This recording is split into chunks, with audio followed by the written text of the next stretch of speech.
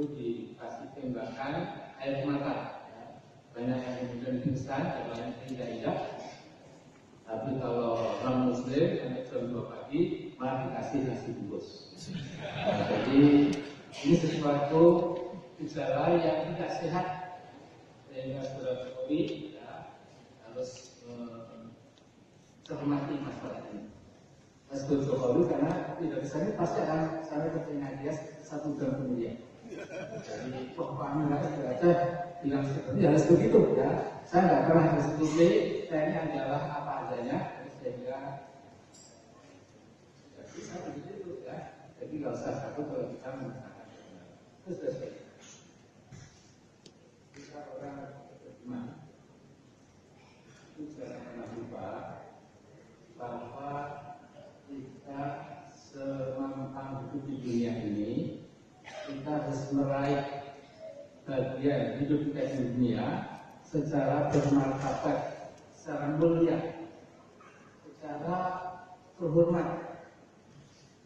Mengapa? Karena Allah berfirman, "Wabtaghi fima ataku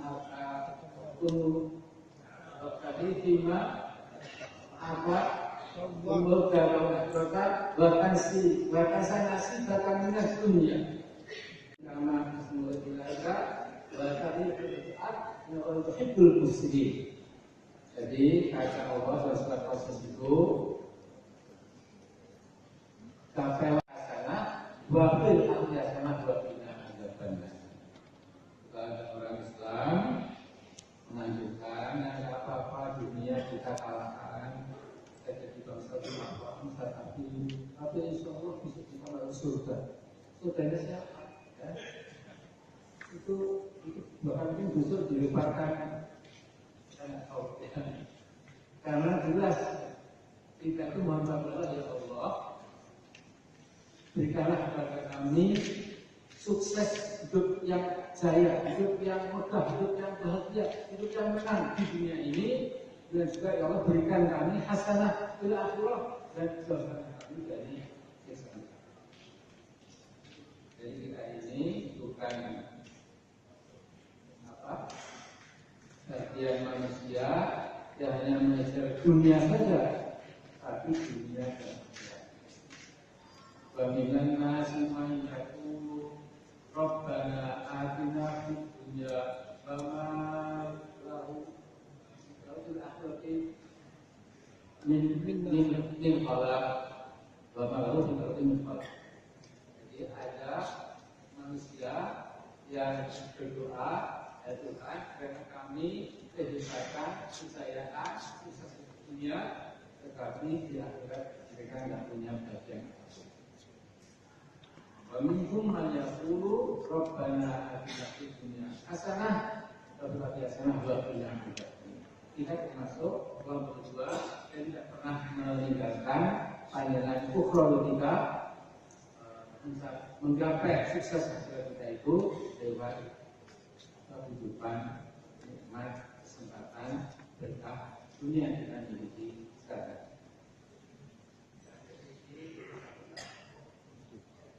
Yang kedua, kita punya ridho, kita punya deklarasi kehidupan, kita punya proclamation of life, proklamasi deklarasi kehidupan, yaitu kul inna sholati wa nusuki wa mahyaya wa mamati lillahi rabbil alamin. Jadi kita punya deklarasi, sesungguhnya sholatku, ibadahku, hidupku, matiku, seluruhnya aku dedikasikan, aku persembahkan semata-mata kepada Allah Tuhan seluruh sekalian. Jadi maksud saya sekalian, ini negeri Muslim terbesar, kita umat mayoritas, tapi kenyataannya kita memang tidak menentukan. Jadi ini Mas Muslim sekarang paham isi perut politik, sosial, ekonomi, republik, Pak Gubernur dan Pak Menteri mantan juga sangat tahu.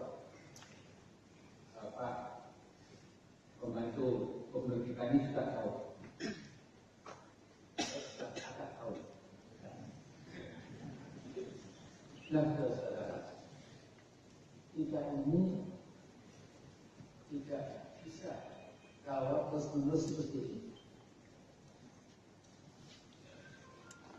Saya sering mengatakan keadaan dunia Islam dari Merauke di Papua sampai Maluku ya, di ujung barat utara Afrika, dari Pacitan tepatnya PSBY sampai Uzbekistan, tengah-tengah Soviet itu. Ini keadaan umat kita sekarang itu banyak yang kebodohan, bahkan menimbulkan seolah-olah kegagalan. Sehingga kalau kita melihat bentangan dunia Islam yang luas ini, secara kita termasuk bagian dunia Islam, maka negeri Islam yang masih utuh tinggal 4: Indonesia, Malaysia, Turki, yang satu Iran, dan Rusia. Yang lain-lainnya itu dalam keadaan memprihatinkan. Bukan sudah pecah jadi dua. Kemudian Libya sebagai negara tadi itu nggak tahu kapan bisa bangkit lagi. Saya katakan Gaddafi, saya katakan ketemu Gaddafi, Gaddafi ditimbali dari negara Amerika seperti ditimbali Roelu atau kucing, ya. Saya betul-betul tertohok. Saya juga ketemu Saddam Hussein beberapa kali, bahkan terakhir persembunyiannya. Ketika saya melihat di YouTube, dia digantung seperti pemberontak internet. Saya juga ini dunia yang anti Islam itu semakin gawat, semakin berani. Dan kita melihat di Suriah neraka dunia. Di Mesir sekarang juga spring ya, musim semi Arab sudah Tunisia juga setback, kemudian Irak atau kapan bisa bangkit lagi. Afghanistan menjadi negeri yang sangat mundur. Sekarang yang sedang kuat saja sekarang berakhir. Qatar dilawan Saudi, dilawan negeri Arab yang lain, terus terjadi. Jadi kita ini bagian integral. They are a part and a parcel of the whole Muslim world. Kita ini bagian integral dan pisahkan dari dunia Islam, bukan dari Indonesia sampai Papua. Nah, yang sekarang terjadi di dunia Islam itu sebenarnya amat sangat memprihatinkan. Saya ketika kuliah masih normal, itu melihat sebuah negeri Muslim yang makmur, yang pokoknya sangat indah. Tapi sekarang Suriah sudah bukannya pulang, juga anak kuliah jalan kaki meninggalkan kampung, rumah tempat halamannya, pergi ke Bosnia, sampai ke Jerman, sampai Bosnia, jalan kaki ini sesungguhnya sesuatu yang luar biasa. Kita bicara banyak, tapi saya daripada bicara habis yang lain, kita sekarang bicara dari kita sendiri. Ini rezim Jokowi ini itu bicara-bicaranya itu memang tidak ramah dan tidak begitu suka kepada Islam. Mana ada pendeta organisasi tidak ada, tapi aksi bela Islam yang hidup super damai, ya. Kemudian satu demi satu ditarik kasusnya, dibawa ke ranah hukum, diancam, intimidasi dan lain-lain. Sehingga sekuat-kuat iman seseorang kalau sudah menghadapi tekanan itu barangkali ya, juga bisa sedikit tunda.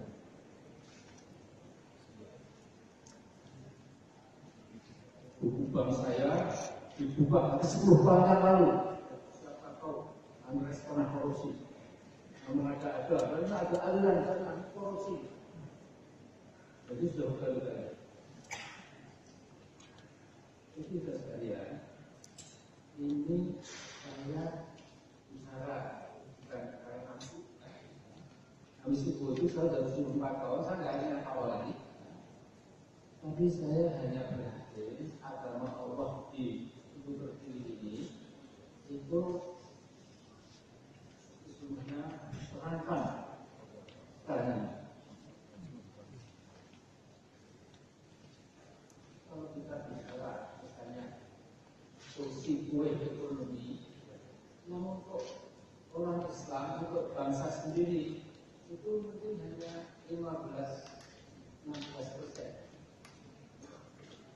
Tapi kue paling besar itu dinikmati oleh orang-orang tertentu dan sebagian besar dipotong ke luar negeri. Jadi saya tidak akan membuka apa yang Anda sudah bisa baca di berbagai media sosial, media lain juga. Saya akan menyampaikan bahwa mungkin yang bisa cermati buat UIT, umat Indonesia, itu adalah adanya sebuah ajaran Quran yang super penting, tapi mungkin sebenarnya dilalaikan oleh banyak hal. Jadi saya dia Muhammadiyah, ya Nahdlatul Ulama, ya Dewan Dakwah, ya Al-Wasiyah. Selama yang kadang-kadang lucu itu ya berpikir bahwa prinsip itu tidak layak untuk umat Islam. Biarlah mereka orang lain yang masuk ke sana, kita asal masih bisa buat sekolah, rumah sakit, ya kan bisa umroh, haji, selesai. Ini sesuatu yang naif, yang itu bukan hanya kekanak-kanakan, ini berbahaya. Saudara, rasanya ini saudara, seluruh kehidupan bangsa kita ini di semua sektor itu mesti didasarkan atas undang-undang pertanian, perkebunan, pertambangan, perpajakan, peraturan agama, semua itu mesti ada undang-undang. Yang buat undang-undang itu ada badan namanya legislatif. To legislate itu membuat legal prosedur, ya. Legislatif membuat undang-undang, membuat hukum. Lantas, satunya namanya eksekutif, mengeksekut, ya, melaksanakan undang-undang yang dibuat terutama oleh legislatif, DPR. Ini Gus Ayo dan teman-teman, ya, harus disahkan oleh eksekutif. Sebaliknya eksekutif juga boleh betul, tapi hanya bisa lolos kalau DPR itu menyetujui. Nah, karena itu, mengapa kita ini punya undang-undang lebih mengabdi kepada kepentingan asing dan asing? Buat undang-undang itu kebanyakan bukan seperti maunya agama kita, seperti maunya perintah Al-Quran, perintah wahyu, terus ada keadilan, tenaga, dana dan lain-lain. Saya bisa, tapi saya melihat cara ada kami berikan menyelesaikan bahasa yang oleh Allah sepertinya saya katakan seperti itu menguntungkan buat umat Islam Indonesia. Contoh adalah kekalahan Ahok di Jakarta. Orang bilang bukan Ahok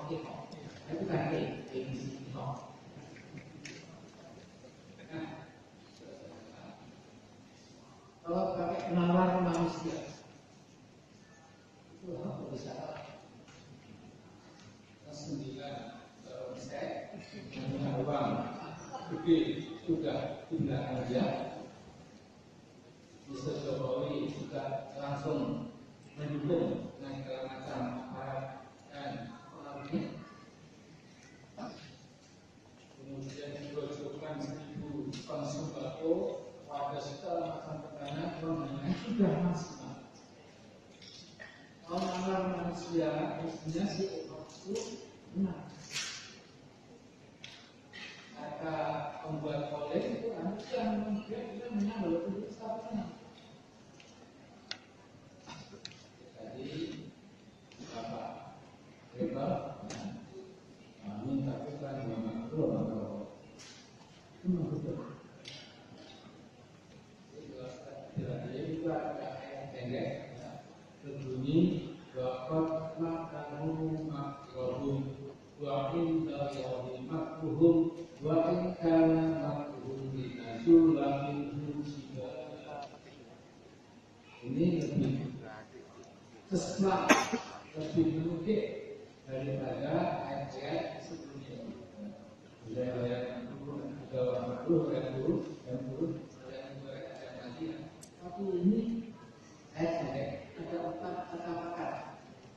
Waqad makaru makruhum itu orang munafik, orang musyrik, orang fasik, orang musyrik, orang kafir itu punya rekayasa, rekapaksa untuk menenggelamkan agama Allah ini. Berarti kata Allah, bahwa dalam makhluk, lalu akan mereka itu, tipu musnah mereka itu, rekayasa mereka itu ada di dalam genggaman.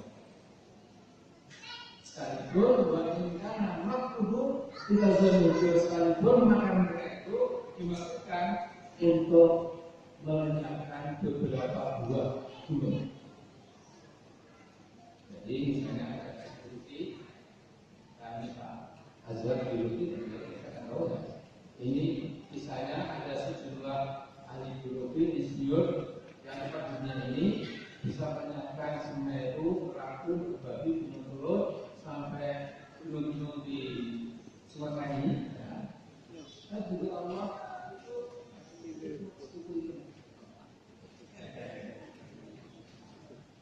yang berlaku itu mengapa tidak orang itu yang benar juga kaget, kita juga kaget loh. Alhamdulillah sudah selesai jelas sekali. Kita kaget tapi bahagia, yang orang kaget tapi sedih, nangis. Banyak stroke, begitu. Ini hal yang harus kita pegang atau dijual dengan sama-sama. Bahkan kalau saya mengistilahkan, ini ada angin berikan, ya, yang sekarang ini berbalik arah.